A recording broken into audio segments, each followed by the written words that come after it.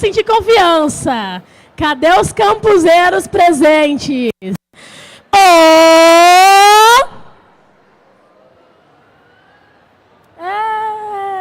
Até o final disso, vocês vão chegando no ritmo. Vão melhorando. Enquanto isso, a gente vai praticando, a gente vai aprendendo sobre empreendedorismo, sobre inovação. E agora vamos ter mais um Super Talk aqui no nosso palco Fábrica de Empreendedores do Sebrae. Agora a gente vai falar sobre implementação de projetos com influenciadores digitais para impulsionar resultados estratégicos para a sua marca. Como usar o marketing de influência para acelerar os resultados de negócio. E para conversar com a gente, quero convidar ao palco Rafael Art. Uma salva de palmas. Seja bem-vindo, Rafael. Muito obrigado. Pessoal, antes de tudo, boa tarde. Estou super feliz em vir aqui e trazer esse conteúdo para vocês. Eu, agora há pouco, fiquei um pouco nostálgico e aí queria contar para vocês uma história. Há 10 anos atrás, eu estava sentado numa cadeira, como vocês aqui, assistindo conteúdo na Campus. Faz 10 anos que eu venho na Campus Party, todos os anos. Comecei na Campus Party como voluntário de palco, que ajudava o pessoal e os palestrantes. E conforme a minha vivência na Campus Party e os conteúdos que eu assistia, graças a Deus fui me desenvolvendo na carreira e hoje posso estar aqui trazendo um pouco desse conteúdo para vocês. Quero falar sobre marketing de influência. É um assunto que, eu vivencio todos os dias, de 10 a 14 horas por dia. E, inclusive, a visão de trabalhar com marketing de influência nasceu na Campus Party, quando, trabalhando como voluntário, eu conheci um influenciador que me incentivou a entrar nesse mercado. Então, é muito legal poder passar isso para vocês, porque a minha jornada de campuseiro, que era voluntário, a empreendedor, a hoje, mostrar essa visão para vocês, ela é bem interessante. Então, eu sou o Rafael Art, hoje eu sou diretor de negócios na Squid. Para quem não conhece, a Squid é a maior empresa do segmento, uma empresa de tecnologia que trabalha marketing de influência baseado em dados. A gente tem uma jornada muito legal, há 9 anos no mercado, trabalhando com grandes marcas, desenvolvendo estratégia e principalmente rentabilizando. Como eu falei para vocês, eu trabalho há 10 anos com marketing de influência, há 4 anos eu estou na Squid, e aqui são algumas marcas que a gente já trabalhou, fazendo campanhas desde micro-influenciadores a celebridades, mais de 10 mil campanhas, mais de 1.000 clientes atendidos, e hoje, na minha diretoria, eu gerencio mais de 80 pessoas. Cara, é super legal ver uma caminhada como essa, empreendedora. Eu virei sócio na Squid por entrega de resultado, entrei como colaborador, fiz um plano de desenvolvimento, entreguei valor até chegar nesse ponto. E em 2021, a gente vendeu 100% da empresa para o grupo Localweb. Foi uma venda de 180 milhões de reais, foi a maior venda de uma empresa dessa no mundo. E a gente continua na operação, desenvolvendo e entregando valor como um todo. Então, de novo, reforçando como essa jornada do campuseiro, do empreendedor, é super legal. Inclusive, estou vendo o Bernardo, que está ali atrás, é seu próximo palestrante. Morou comigo na minha república, conheci ele na Campus Party e ele vai contar uma história de empreendedorismo muito parecida com essa daqui também. E aí, queria começar dando uma visão geral dos dados de marketing de influência. Porque muitas vezes a gente pensa que o trabalho de marketing de influência é aquele post no Instagram de uma blogueira, é aquele conteúdo na rede do influenciador que vocês gostam, mas é um mercado gigantesco, muito promissor. Se vocês puderem empreender nele, melhor ainda, mas melhor do que isso é utilizar ele para trabalhar a alavancagem de negócio. Desde pequenos negócios a grandes companhias, essa é uma estratégia que ela é muito importante. E aqui, só para vocês terem uma ideia como funciona esse mercado no mundo, 4,7 bilhões de pessoas são usuários ativos em redes sociais, 59% da população mundial usa a rede social como um todo, 2 horas e meia é o tempo do usuário que passa nas redes sociais, utilizando a internet, e 36% utiliza isso no seu tempo diário, com uma frequência. Só que quando a gente fala sobre números no mundo, é muito difícil a gente tangibilizar. Então vamos falar um pouco do Brasil aqui, tá? No Brasil, a gente tem 171 milhões de usuários ativos nas redes sociais. A gente só não tem mais usuário porque a internet é cara e a tecnologia ainda é pouco acessível para quem tem uma vulnerabilidade social, por exemplo. 80% da população do Brasil usa redes sociais, 53% dos usuários, ou 53% maior do que os usuários comparado à média global, e 14% a mais de usuários em 22 comparado a 21. Tem um outro dado que é super legal, que o Brasil é o segundo país no mundo que mais fica em redes sociais. A gente pede apenas para Filipinas por 2 minutos de consumo diário. Então a gente vai chegar lá, esse eu acho que é um top 1 que o Brasil consegue alcançar em pouco tempo. E aqui eu trago justamente isso, né? Segundo maior país em média de tempo em redes sociais, a gente passa 3 horas e 49 minutos do nosso dia ligado às redes sociais, ficando apenas atrás da Filipinas, que eu comentei com vocês, em cima disso. Então, se a rede social hoje, ela é um motivador muito importante da nossa atenção, saber utilizar ela com aquilo que a gente chama de empreendedor digital, né, que é o influenciador, ele é essencial, né? O marketing ele vem enfrentando uma série de desafios para trabalhar esses novos paradigmas, né? Então você vê que a gente tem alto custo de anúncio nas redes sociais, a gente tem muitos canais para trabalhar, não só de redes sociais, mas na internet como um todo. A gente tem uma falta de profissionais especializados. Pessoal, pensa só, esse mercado que eu estou falando para vocês é um mercado que ele formalmente tem 5, 6 anos. Então, as pessoas que se formaram em marketing, em publicidade, nos últimos 5 anos, talvez nem viram isso com profundidade. A gente lá na Squid tem um problema, porque todo profissional que a gente contrata, a gente tem que ensinar ele desde o zero, né? Fazer basicamente uma pós-graduação para que ele consiga trabalhar no nosso modelo de empresa.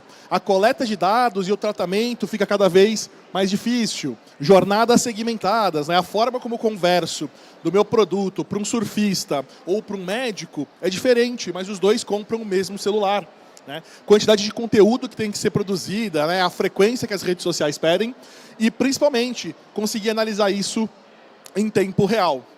Por isso que, nesse cenário cada vez mais desafiador, a gente entende que existe um agente transformador, que são os criadores de conteúdo, que é o marketing de influência, que consegue não simplificar, mas desenvolver e entregar mais valor no processo como um todo. Tem uma frase do John Thomas que eu gosto bastante, que é o seguinte: a gente não tem 30 segundos para ser interrompido.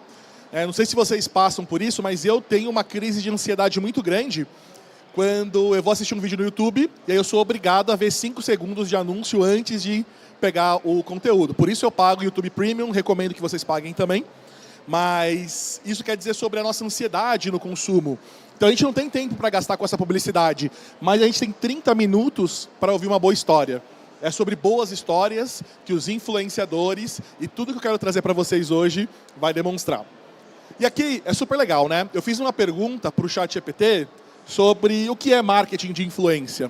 E ele me definiu num formato gigantesco, né? Marketing de influência é uma estratégia de marketing que envolve colaboração entre marcas, influenciadores digitais, XYZ. Muito chato, muito louco, muito longo, pouco específico, né? Eu gosto de ter uma definição sobre marketing de influência num modelo diferente, né? Então, marketing de influência para a gente é a arte de monetizar a atenção das pessoas. E o porquê isso é importante? Porque quando você olha hoje os modelos mais bem-sucedidos de empresas no mercado, são empresas que trabalham capitalizando a atenção das pessoas. É por isso que grandes marcas pagam cada vez mais grandes agências para fazer bons comerciais de televisão, né? Investem dinheiro em grandes influenciadores esperando que vocês tenham esse foco. Hoje a gente vive um mundo com muitas telas, a gente vive um mundo onde o déficit de atenção está cada vez mais evidente nas pessoas, então a atenção delas é muito importante. Inclusive, agradeço vocês por estarem prestando atenção aqui nesse conteúdo, para mim isso é super importante. Aqui a gente vai ter uma jornada no ambiente digital. Isso daqui é uma teoria que eu utilizo muito, né? Saiu da minha cabeça numa noite que eu estava a 1000, e aí ela representa um pouco sobre como funciona o ambiente digital. E quando a gente fala sobre negócios, entender como funciona o ambiente é muito importante para definir estratégias. Então, na minha visão, o ambiente digital é composto por 3 agentes. O primeiro agente são pessoas. Nós, que entramos na internet para fazer uma ação. Essa ação é consumir conteúdo. E eu acho que isso é uma coisa que as pessoas às vezes não pensam, né? a gente só entra na internet para consumir conteúdo.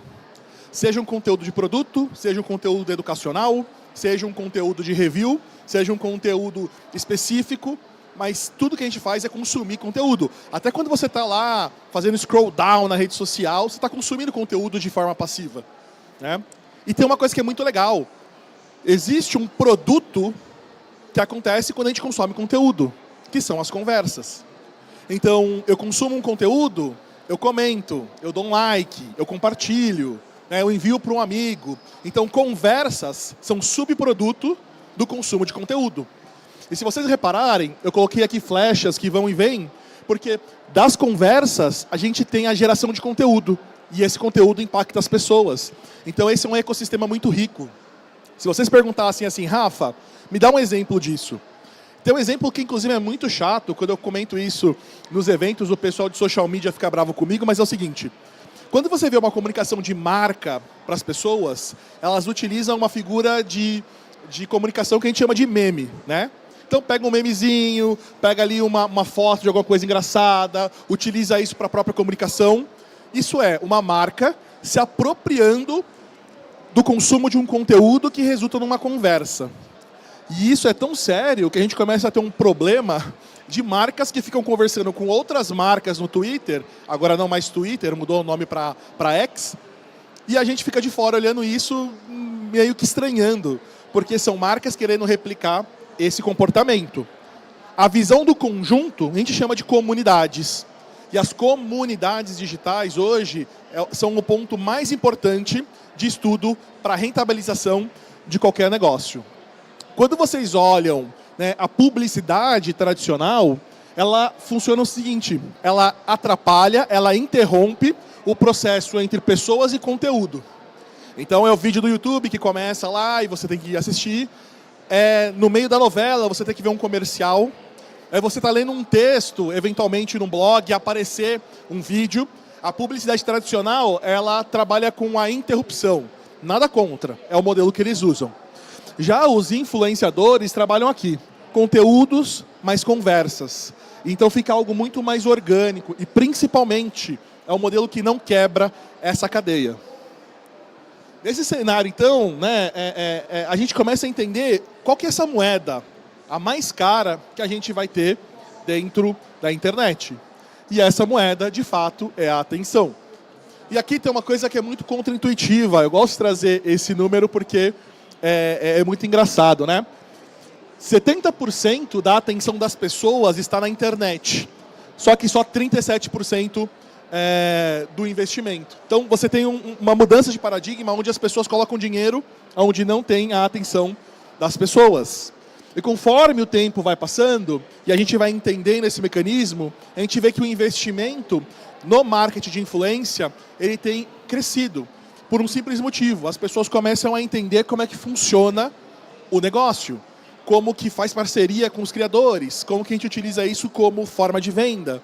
E é muito legal, porque se vocês pesquisarem hoje na internet, dificilmente vocês vão achar conteúdo de marca que fala sobre isso como um case. Porque ninguém quer divulgar coisa que está dando certo.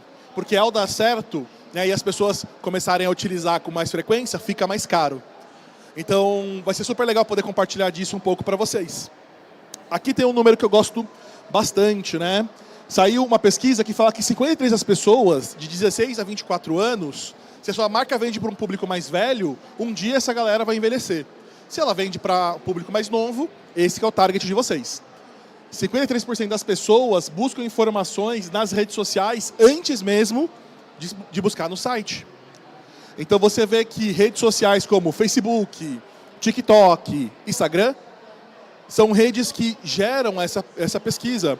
Assim, não tem coisa pior no mundo do que você querer ir comprar de uma marca, aí você entra no site dela, clica no Instagram e vê que a última postagem dela foi há 5 meses atrás.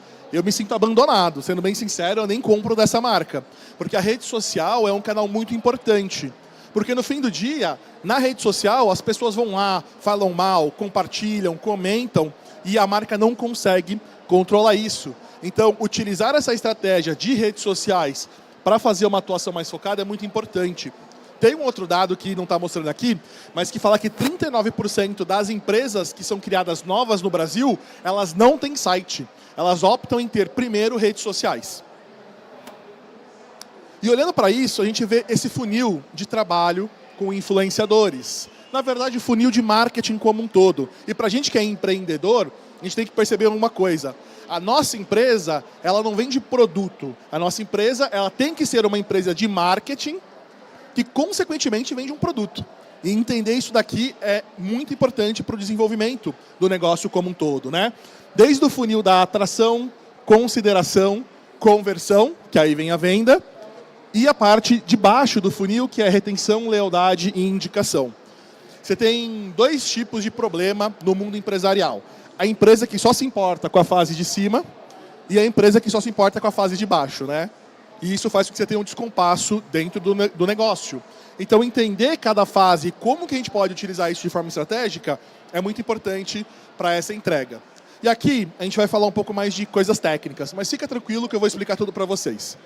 Quando a gente começa a entender uma estratégia de marketing de influência, a gente começa a perceber que existem formatos de trabalho. E esses formatos de trabalho são divididos de acordo com o tipo de influenciador que vocês vão utilizar. A gente tem aqui celebridades e macro-influenciadores, que é aquela galera maior, que tem muito seguidor na rede social. A gente tem aqui os meso-influenciadores, que são aqueles criadores intermediários, que vão ter, né, uma audiência ali que não é nem muito grande, nem muito pequena. E os micro e nanos influenciadores. O que acaba acontecendo? Quando você olha esse mesmo modelo há 2 anos atrás, todo mundo desconsiderava essas duas visões. Eles só olhavam para grandes celebridades, com grandes contratos. Só que, conforme a gente foi entendendo e fazendo teste, é muito fácil perceber que existem esses layers, né, essas camadas, desculpa falar em inglês, que acabam entregando muito resultado em cima disso. E para cada uma, a gente vai ter uma visão específica. Para a galera que é grande, a gente vai ter uma influência aspiracional, né? Então eu vejo um grande influenciador, eu me conecto, eu quero ser que nem ele. Quando eu olho os meso-influenciadores, é uma influência por identificação. Eu sou parecido com ele. E quando eu olho os micro e nanos, é uma influência por proximidade. Pô, eu conheço essa pessoa, né? Eu sei onde ela mora, eu sei o que ela faz. Então, dependendo do formato, de como a gente quer entregar o nosso produto, isso é uma diferença na mensagem. Celebridades e macro-influenciadores, micros e brand lovers. Brand lovers são consumidores reais que nem a gente, tá? Com 200, 300 seguidores. Fazem parte de uma estratégia que ela tem que ser integrada. A grande questão é como eu coloco isso. E não se preocupem, porque hoje eu vou ensinar para vocês, tá? Tendo mais ou menos um workflow, né, um modelo de trabalho nesse formato, com celebridades e meso-influenciadores, trazendo, né, conversando com esse público final, olhando para essa mensagem aspiracional, e os micro e nano-influenciadores trabalhando uma métrica que a gente chama de talkability, seria conversas, trabalhando as conversas e atributos de marca em cima disso. Rafa, eu tenho uma empresa pequena, não tenho dinheiro para contratar celebridades, macro-influenciadores. Então vale muito mais a pena fazer um movimento com pequenos criadores de conteúdo que querem trabalhar com vocês, do que ficar olhando para essas celebridades grandes que a gente não vai ter acesso. Eu gosto muito de influenciador por um motivo, tá? Se hoje você tem uma marca que investe no Google, se o Google gostar de você, ele vai cobrar mais caro a mídia que vocês compram. Se um influenciador gostar de vocês, ele vai cobrar mais barato a mídia, porque ele tem essa identificação. Então eu acho que é o único modelo de mídia do mundo que funciona da seguinte forma. Se a pessoa gosta de você, ela vai ter um valor menor. É só vocês entenderem, né? Nada contra a marca que eu vou falar aqui. Mas pega um iPhone e pede para o influenciador fazer uma parceria, para ver quanto ele cobra, e aí pega um telefone, sei lá, da Positivo. Você vai ver que tem uma diferença muito grande pela identificação que ele tem com a marca. Aqui as definições que eu prometi para vocês, tá? Então a gente vai ter aqui os nano-influenciadores, que são pessoas com até 10 mil seguidores. E se vocês se perguntam, pô, Rafa, eu tenho menos de 10 mil seguidores. Se vocês forem hoje na Squid, vocês se cadastram lá, vocês podem fazer campanhas com a gente, tá? Micro-influenciadores, até 50 mil seguidores. Meso-influenciadores, até mais ou menos 100 mil. E a partir de 100 mil, a gente está olhando influenciadores macros. E aí a gente vai trabalhar uma jornada da influência, que é justamente como a gente constrói essa estratégia e responde, né, o título da nossa palestra, que é como utilizar isso de um formato estratégico, tá? Essa jornada da influência, ela nada mais é do que um estudo de como as pessoas consomem conteúdo. Vou dar um exemplo para vocês. Eu tinha um cliente que ele era uma empresa de tecnologia que, por mês, ele cobrava dos clientes, em média, 500 a 800 mil reais. É um cliente de ERP. Para quem não conhece, é um software de gestão financeira. E esse cliente chegou para mim e falou assim, Rafa, quero fazer uma campanha e quero fazer essa campanha no LinkedIn, para impactar muitas pessoas. E eu falei para ele, cara, que não ia funcionar. E ele ficou surpreso. Como assim? Porque quem compra os meus conteúdos são pessoas muito qualificadas. E eu fiz uma pergunta para ele, assim, qual foi a vez que você clicou num anúncio no LinkedIn? Cara, eu nunca cliquei, né? Quase ninguém nunca clicou. Quando eu faço essa enquete, as pessoas não interagem. E aí a gente foi descobrir que a melhor forma de impactar esses grandes diretores de empresa era através do TikTok. Num formato de conteúdo muito específico, que era os falsos cortes de podcast. Não sei se vocês já viram isso, né? Às vezes você vai no TikTok e aparece um cara que está num cenário de podcast, falando como se estivesse num podcast, mas ele não foi convidado para nenhum podcast. E aí esse formato do cara comentando sobre isso trouxe muito resultado, porque era um corte mais ou menos assim, né? Então eu assumi como diretor de tecnologia da minha empresa e contratei tal empresa para ser o meu RP. Aí que eu consegui o sucesso. E era um corte de podcast. Aí essa galera que são grandes diretores, o que eles fazem quando chegam em casa? Eles vão lá ficar se conectando no LinkedIn? Não, eles vão para o TikTok. E aí eles olhavam esse conteúdo e foram atrás desse anunciante. Para vocês entenderem que a questão aqui é sobre entender como as pessoas consomem conteúdo, né? Não como eu quero criar. E aí vem a nossa jornada, que é distribuída em 4 processos, tá? Aprendizado e descoberta, reconhecimento do problema, consideração da solução e decisão de compra. Isso tem a ver com o funil de quem consome o conteúdo. No primeiro pilar, que a gente está falando sobre a descoberta, a gente quer que as pessoas sejam impactadas com algo novo. E eu preciso que as pessoas saibam como foi descoberto isso, né? Então, como que o influenciador descobriu aquela marca? Não adianta ele aparecer na rede social dele falando, gente, usem esse produto, se eu não sei como ele chegou. Né? Vamos imaginar a seguinte situação. Nossa, pessoal, eu tenho uma amiga minha que veio de fora e me trouxe esse produto da L'Oréal. Pronto. Ela explicou como ela descobriu e ela vai trabalhar, né, com conteúdos que tem esse apelo para buscar informação, né, que vai mostrar para a audiência algo que eles não conheciam, para que essa descoberta seja feita. Depois eu vou ter a visão do reconhecimento. Afinal, se eu descobrir algo, eu preciso explorar, eu preciso conhecer mais isso, né? E aí vem o storytelling, a história de contar o porquê que ele trouxe isso para a audiência. Afinal, ninguém cria conteúdo à toa. Se eu crio conteúdo, eu quero comunicar isso. Então, por que eu estou mostrando isso para vocês? Gente, sabe o produto que a minha prima me trouxe? Eu estou mostrando para vocês porque tem muita pergunta sobre produtos para sensibilidade de pele. Ela está justificando, ela está englobando dentro dessa visão o que vai funcionar. A estratégia aqui é trazer uma linguagem simples, que se conecte com a audiência, que seja de preferência um influenciador de nicho, que esteja integrado com aquilo que eles estão comentando. O próximo pilar é o pilar da consideração. Na consideração, eu quero ter um review 100% do produto. Eu quero que a pessoa disseque aquilo, arroz com feijão. Né? A minha esposa está aqui com o meu bebê. Né? E uma vez ela chegou para mim e falou assim, amor, compra para mim um secador de cabelo. Eu falei assim, pelo amor de Deus, não me pede isso. Não, compra. E aí lá vou eu, né, assistir 80 horas de review de produto de secador de cabelo. Né? Porque eu estou nessa fase aqui. E a coisa que mais me orgulha é quando vai alguém em casa, usa o secador e fala, nossa, que secador bom. Mas, porra, consegui chegar onde eu gostaria. A estratégia aqui, vão ser redes que têm essa indexação, YouTube, TikTok, e que entrega esse valor como um todo. O próximo pilar e o final, de fato, é a conversão. Depois de eu ter descoberto o produto, entendido para que ele serve, testado, aí eu vou fazer a recomendação de venda. Por isso que muitas vezes, se vocês hoje têm um negócio e já querem usar o influenciador para que de cara ele venda, dificilmente vai funcionar, porque existe essa jornada que precisa ser executada. E aqui, né, se vocês estão tirando fotos, podem tirar, que é um resumo de tudo isso, tá bom? Mas não se preocupem, se depois vocês quiserem essa apresentação, eu mando para vocês e a gente conversa ali no canto. E a grande sacada aqui é o seguinte, tá?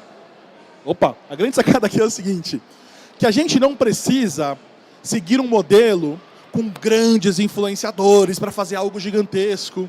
Hoje, matematicamente, a gente consegue provar que ter vários criadores de conteúdo, influenciadores pequenos, funcionam mais do que influenciadores grandes. Eu posso provar isso matematicamente, de forma qualitativa, de forma quantitativa, mas essa é uma sacada. Ontem eu estava conversando com um moço que ele tinha uma marca de suplementos.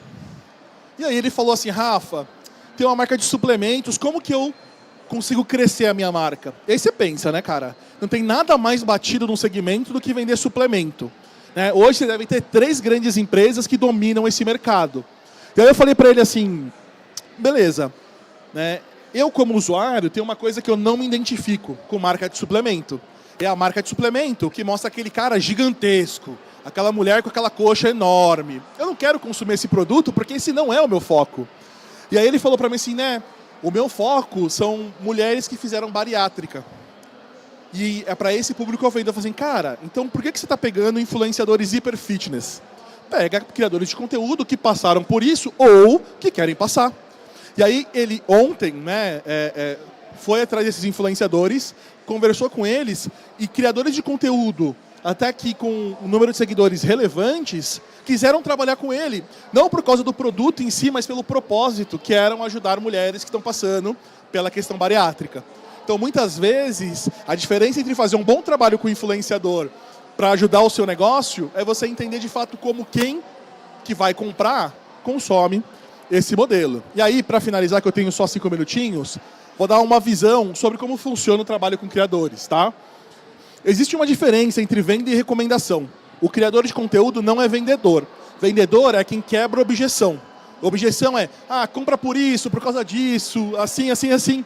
O influenciador é um recomendador. E como qualquer amigo seu, quando você recomenda, a marca tem que fazer o papel dela também. O trabalho com o influenciador, ele tem que ser recorrente. Vale muito mais a pena você trabalhar todos os meses do que uma vez só. Porque uma vez só não gera essa consideração pelo produto. Então, se eu desse uma dica, em vez de vocês fazerem uma coisa só, façam de forma dividida, mês a mês. Uma diferença entre pagar cachê e permuta, né? A gente fez uma campanha para um parceiro nosso, que a gente mandou 3.000 kits de permutas para influenciador. E na outra ponta, eu paguei cachê para 30 influenciadores. Os 30 influenciadores que eu paguei cachê entregaram mais resultado do que os 3.000 que eu mandei produto. E os 3.000 que eu mandei produto eram 5 vezes mais caro o preço do produto do que o cachê que eu paguei. Então, só para vocês terem uma noção que não necessariamente dar produto, porque o produto é meu, é o mais funcional. Aí é questão de teste para vocês entenderem. E não cair no erro de controlar a mensagem versus co-criar. O criador de conteúdo, ele é o responsável por passar a mensagem, não vocês. Então a grande questão é você mostrar para ele do porquê que você acredita que aquilo é bom e o resto ele se encarrega de fazer. E aqui é uma frase que eu gosto, né? Até coloquei o meu nome como se fosse algo importante. Mas fala o seguinte, né? O modelo de influência funciona muito melhor se for como parceiro de negócio em vez de um modelo transacional. O que eu quero dizer com isso? Se hoje vocês têm uma startup, um negócio, até mesmo querem começar nesse segmento, vale muito mais a pena chamar alguém e falar assim, cara, vamos fazer algo junto? Vamos tentar pensar em alguma coisa para que nós dois ganhemos, do que você simplesmente vir e querer pagar eles. Porque, lembra que eu falei lá no começo? Se esse criador de conteúdo, se esse influenciador se identificar com essa jornada, a chance dele fazer isso, muitas vezes, até mesmo sem pagar, é muito grande. Porque, no fim, criadores de conteúdo, marketing de influência, esses modelos como um todo são feitos por pessoas. E pessoas têm a questão da empatia e dos valores em primeiro lugar. Então era isso que eu queria falar para vocês, o meu tempo acabou, não sei se alguém tem alguma pergunta, se não só agradecer aí pela atenção de vocês, tá bom?